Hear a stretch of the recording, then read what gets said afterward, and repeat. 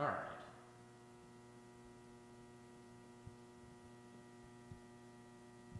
So you can start on what the tool actually, what we're looking at.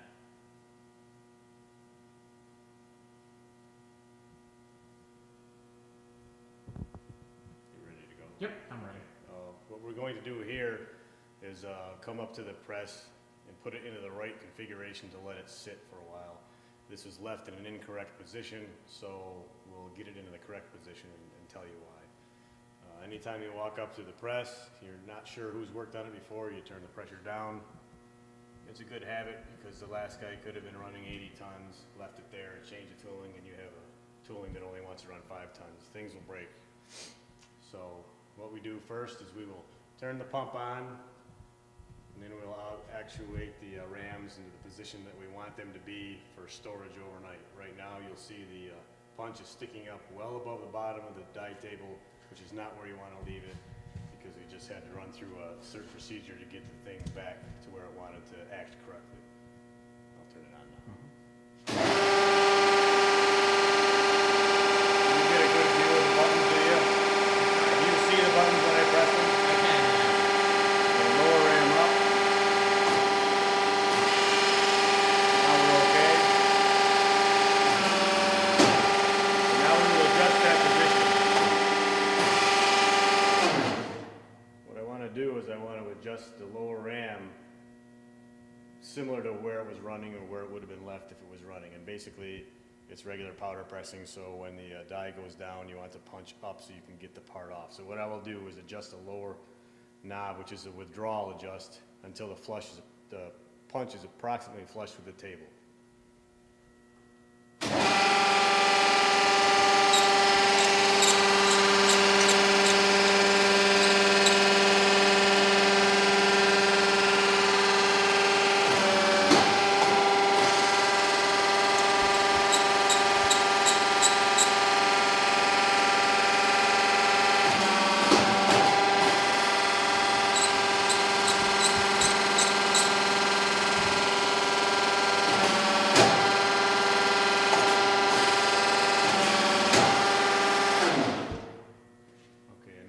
Now is the punch is basically flush. It's a chamfered punch, so you have to be careful. The chamfers don't stick up, aren't able to be caught by anything, but they do have to come out enough to let the part release.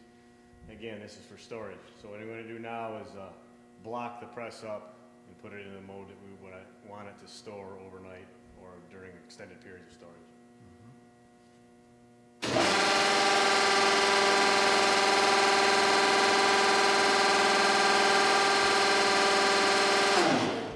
Practice to keep the press off when you're in there if you don't have to be. I know I want it, I already have it in the right position, so. Okay, what I have here is I have a little bit too high of a piece, but that's probably okay, because what they did before is left it too low and it settled down.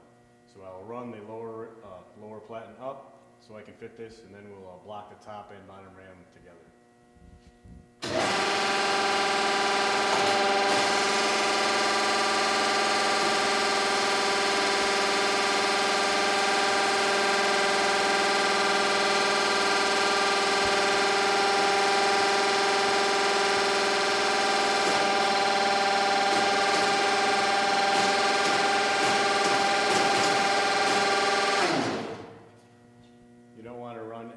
Together into the settling blocks. This is only for the hydraulic drift that will occur overnight.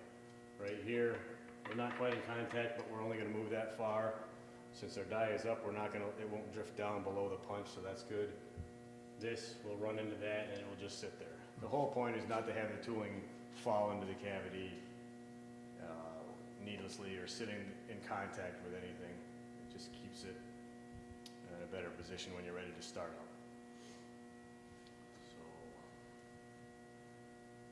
I guess what I'll do now is I'll go, it's kind of tough without